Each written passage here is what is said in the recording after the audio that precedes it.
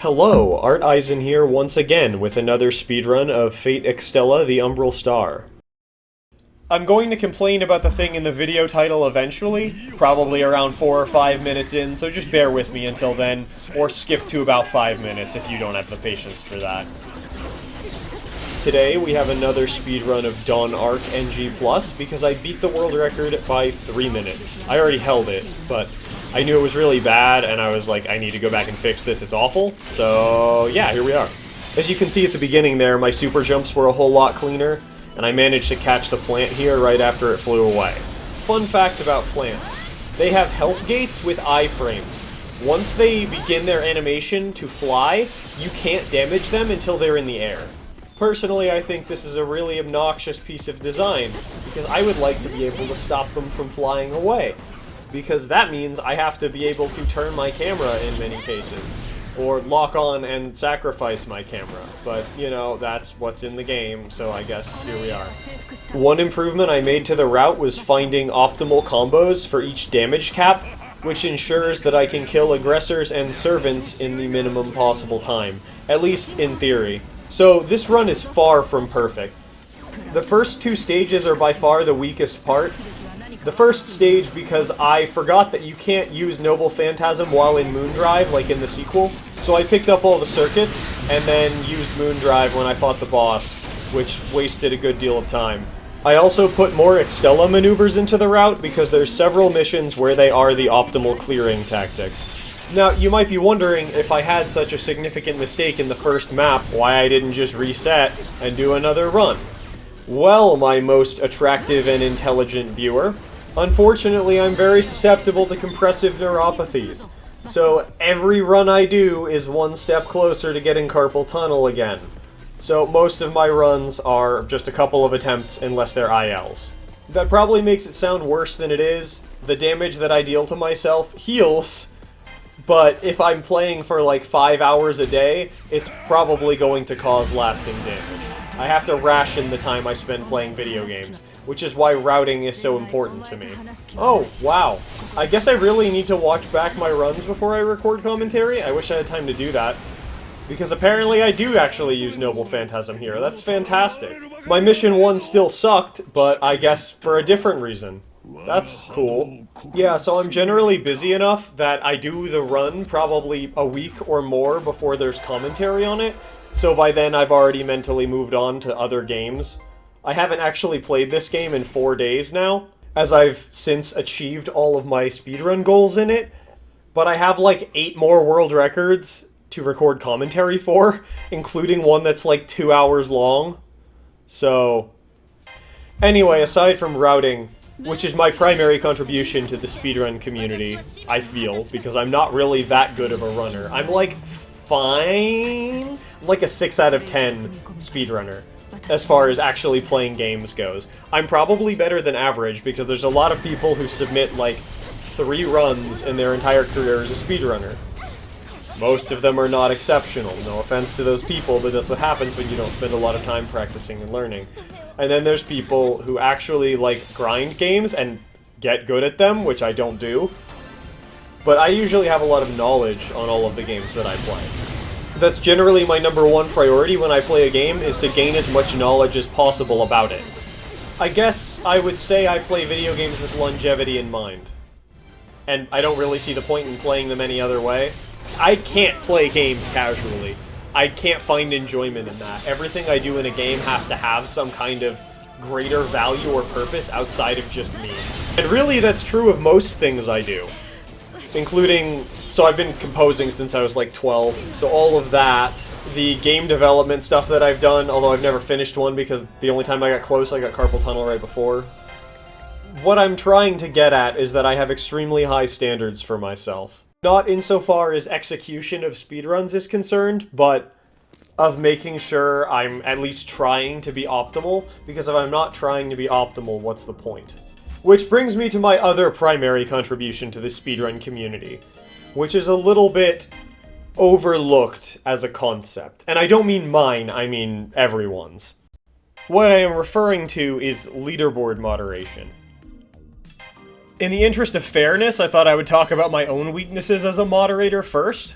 I have a tendency to forget to do things that I said I would do, or not 100% complete things that people asked for. For example, someone asked me to adjust the Bleach Soul Resurrection leaderboards and retime a bunch of runs since we realized we couldn't use IGT, and I still haven't gotten back to that. I'll probably do it today, now that I've remembered it, because the only reason I even remembered it is because I needed to find something to talk about in this section. Because someone beat, like, all of my IL records, and technically that's not reflected on the boards because my times were submitted with IGT, and his were with RTA after we found out that we need to use RTA for that game. Basically, I have a tendency to take on a lot of extra stuff, and this sounds like someone saying, oh, my biggest flaw is that I work too hard, but it's kind of true. I take moderating really seriously. It's very rare that I won't verify runs within 48 hours. And contrary to what you might expect, attractive and intelligent viewer of mine, I'm not going to complain about the amount of time it takes some moderators to verify runs, because I understand that people have lives. SRC rules allow for 3 weeks for the process of run verification. Anyway, I want to get into some common moderation mistakes. Usually these mistakes come from skewed priorities regarding speedrunning, or, bafflingly, lack of game knowledge. Why would someone be appointed a moderator when they don't demonstrate a good deal of game knowledge? I have no idea. But there's several examples of it. I'm obviously not going to name anybody, that would be terrible, but needless to say, I've seen my fair share. I had someone ask me once if they could moderate a game after a single run of the easiest category of the game with a terrible time. And they weren't involved in the community at all. They had nothing to demonstrate knowledge of the game or moderation skill in any capacity. Although the person in question is a mod farmer, so I guess there's that. Without being too specific, I'll tell you that the game is a shmup, and that my 1 credit clear time was significantly better than their non-1 credit clear time, in a game where you can spam bombs to speed kill things. And you get bombs per life, which you have infinite of if you're credit feeding. Not to mention there was already my run, and a run better than mine, on the board that could be referenced for strategies. I'm not shaming anybody for getting a bad time. That's fine, we all have to start somewhere. Almost every time I posted when I started speedrunning was terrible. The thing that's strange is that they asked for mod despite all of this. Like, you basically had every possible resource available to you and chose not to use it. You put in essentially no effort, and you think I should give you power? What? And on some level I just find that bizarre, because like, why would you even want to moderate for the game if you don't know anything about it and aren't involved in the community? It's a position of service. While I wholeheartedly believe that most political and financial positions should be public service positions, SRC leaderboard moderators literally are. There's a rule under moderation rules on SRC in the support hub that says that moderators are supposed to represent the community will. What this essentially means is that your only responsibility where you have a say is to verify runs, unless you're the only person running the game. I am reading this directly from the moderation rules page on the SRC knowledge base. I will link this in the comments. The users moderating a game should represent the consensus of the players of the game. If it is evident that moderators are not representing consensus among runners, site staff may change moderation. Moderators should typically speedrun the game, or at a minimum be heavily involved with the community. Yes, I did say comments instead of description. I'm just checking to see if you're still paying attention. So that's enough about people who ask for mod, who really shouldn't ask for it, and also really shouldn't be given mod. Now I want to go over some common mistakes I see in moderation that I don't understand how people make. There's exactly one that makes sense to make as a mistake, and that's because SRC also does it wrong, but that's a little further down in the queue. So the first thing I want to talk about is this obsession with pretty leaderboards.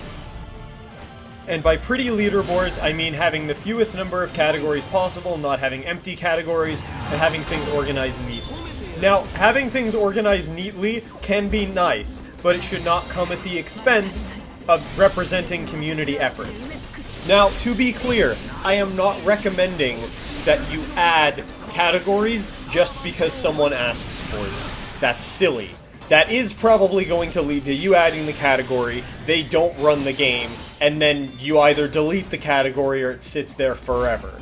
I understand why you don't want that, and I sympathize with that because I don't really want that either. It's also important to use discretion regarding who the user is and what they've done on the site in the past. If they have no submitted runs, you have no reason to believe that they will submit anything. If they are an active user on the site and have multiple runs submitted in the past, I don't know, couple of weeks, then there's a decent chance they might do it. What I would say is you should tell them that you will add it if they do the run. That's what I do. My policy is, if the category makes sense as a category, and the person requesting it has done a run, then I will add the category. Even if their run is the only one in there, presumably they worked to route and do the run. It is my job as leaderboard moderator to showcase that effort. That is the entire point of the position. Now, there is kind of something to still unravel in there, and that's makes sense as a category. What makes a category make sense? Because that's not necessarily clear-cut, depending on the game. It goes back to something I said in my shmup speedrunning video, where basically, if it alters the game in a meaningful way that requires significant routing or gameplay changes compared to the quote-unquote main category, which realistically is probably just whichever category has the most runs in it. A good example of this in, say, Pirate Warriors 4 would be no repeat characters. So, Whitebeard is by far the best character in Pirate Warriors 4. Given the option, we will use him on 95% of maps. The only maps we won't use him are maps where we use Ace because he can kill certain bosses faster. And then on a couple maps in Part 5, we use Kaido because he's just faster there. No repeat characters prevents this scenario, and you now have to learn how to play a lot of different characters with different strengths and weaknesses that apply better or worse to different situations that you'll find throughout the game. From a routing perspective, it is a completely different speedrun. A much less viable example in the same game would be female characters only, or straw hats only. There's not really any justification for it, and it's overly specific. It's not a separate game mode. It's just a completely arbitrary separation. More arbitrary than usual, anyway. It's important to remember that outside of games that specifically time you on things, that speedrunning is by and large an arbitrary concept to begin with. Another example would be any game mode that's not currently represented on the leaderboard. For example, say you have a 9-hour speedrun of a monster collecting RPG, but in the post-game, there's a sort of battle arena mode that you can repeat, and that's about 10 minutes long. So you find out what the best team is, the best combinations of moves based on their animation time and the amount of damage they deal relative to that. You max out their stats, you go do this battle arena thing, and you do it really fast. It takes you like 6-7 minutes. And then you go and ask the mods, hey, I did this speedrun, could you add this to the board? Okay, I'm just gonna be straight up. This happened to me. I did this speedrun. And I asked if it could be added to the board. And what I was told was, maybe if more people do it. Until then, we can catalog the run in this forum post. So let me talk about why this is a stupid response. And I'm not saying that the people that said the response are stupid. I'm saying that the response is stupid. It was not thought through. There's no way this was thought through. And I'll tell you why. Just to preface, if you somehow, by some magic, find out how this happened and who these people are, please don't talk to them about it. Like, I don't want anybody getting harassed because of this. That'd be stupid. I just want people to do a better job in the future. That's the whole point of this video. So the reason that their response didn't really make sense is that if it isn't on the leaderboard, people are probably not going to run it, unless they are, like me, people who are looking for things to route specifically. I don't think it's a stretch to say that that's a very small percentage of speedrunners. Most speedrunners are not heavily involved in routing. So the most generous interpretation I can give this is rather patronizing, as if they're trying to placate me by telling me that I can just have it here somewhere, but not on the real leaderboard with the real speedruns. Well, actually, I can be a little bit more generous than that because I don't think that's quite what they were going for. I think this goes back to the pretty leaderboards thing. They don't want to have a category with one run in it, which, yeah, it's pretty likely nobody else is going to run the category. That's not really the point here. I did a run, I put effort into that, that should be showcased, it's community effort. And given the rules that I quoted earlier in the video, I'm pretty sure there's not really a defense. So, yeah, that's something. I've actually had to fight this battle multiple times on multiple different games. I've won some of them. But the whole point is, they're almost always relatively dead games. And the thing that stands out about this is, if your game is dead, why would you not want more interest in it?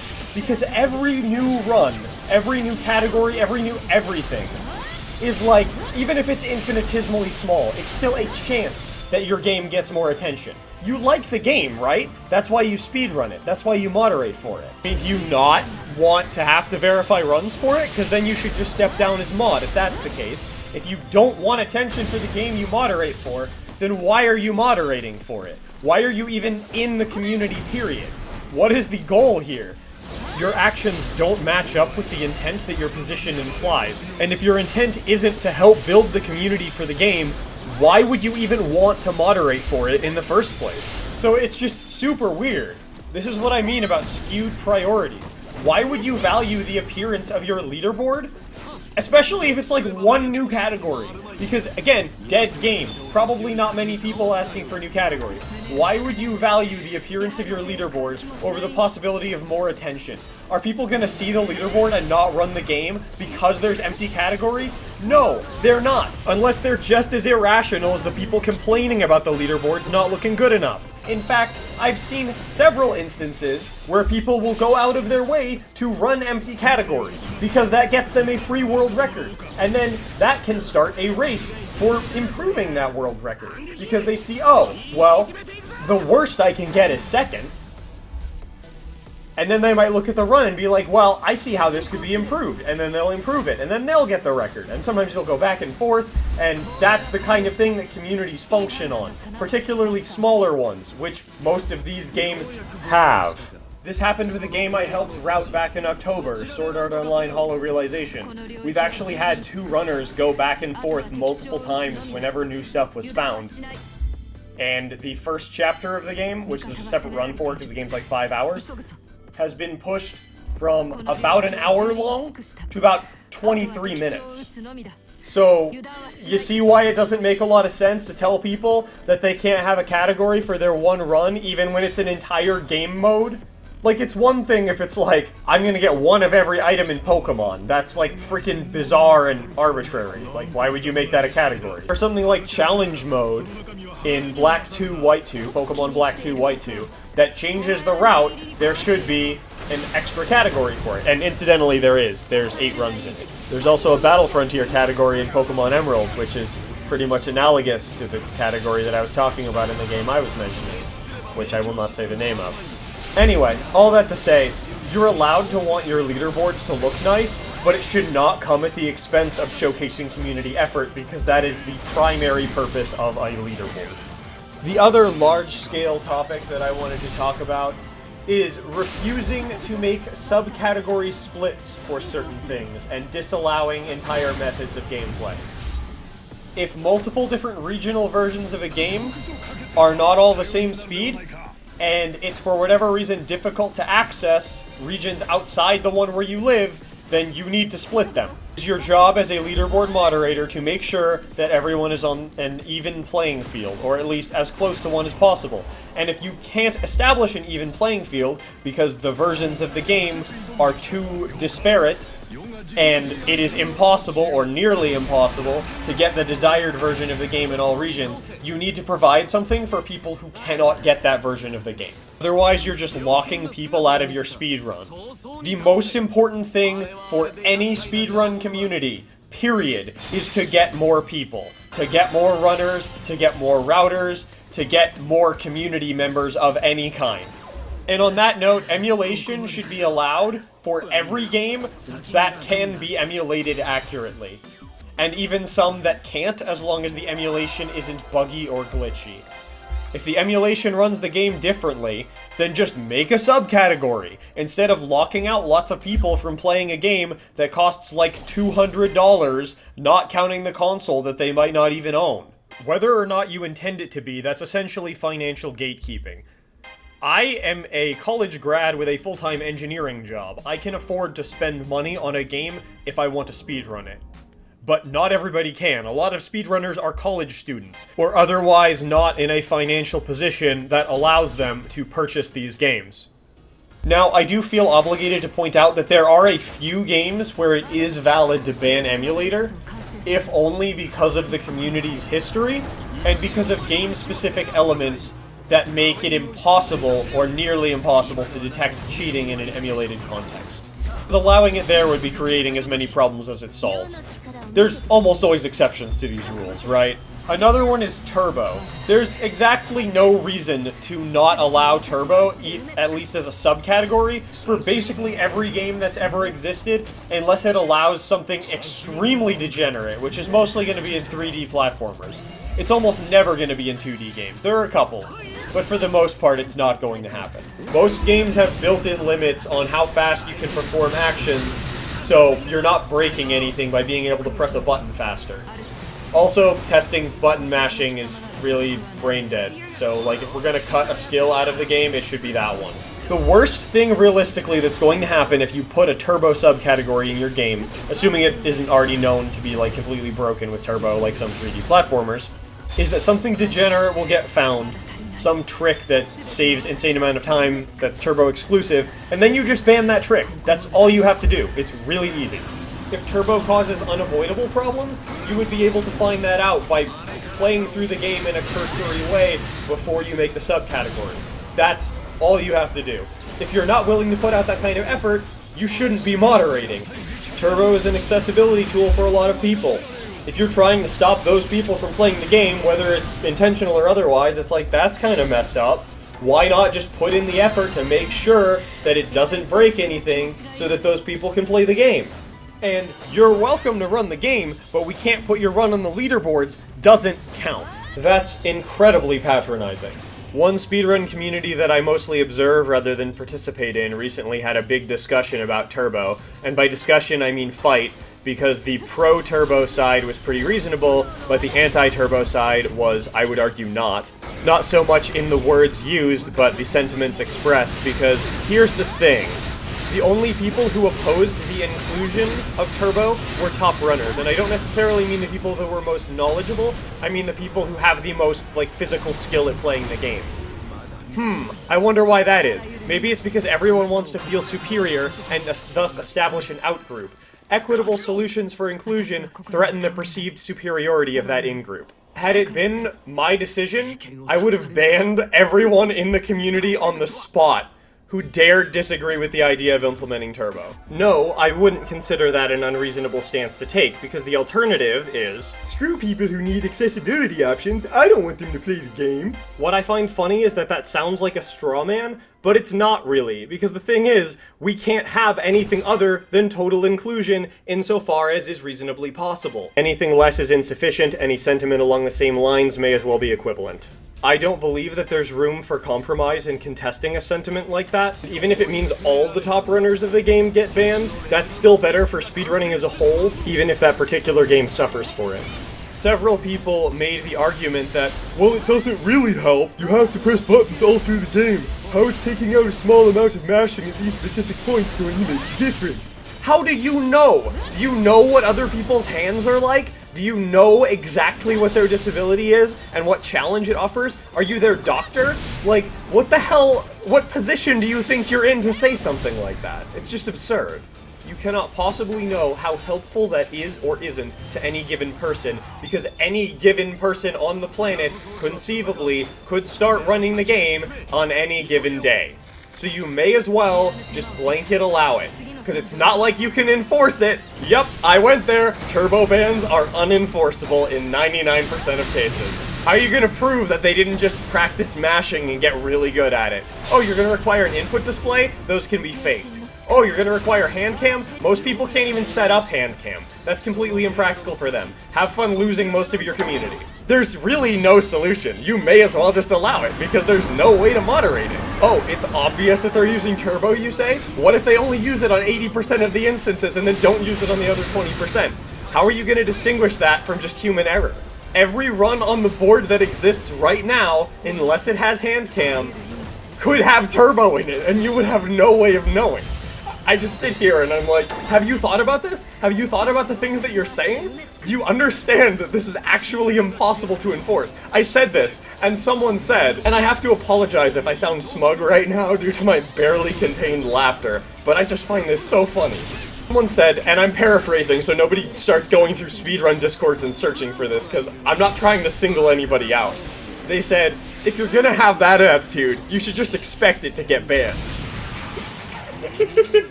What is that gonna do? I just told you it was unenforceable. What are you even on about? Like, are you actually an insane person? Do you understand what words mean? I told you that banning it doesn't matter. Well, I'm just gonna ban it then. Okay, buddy, let's see how that goes for you. Yeah.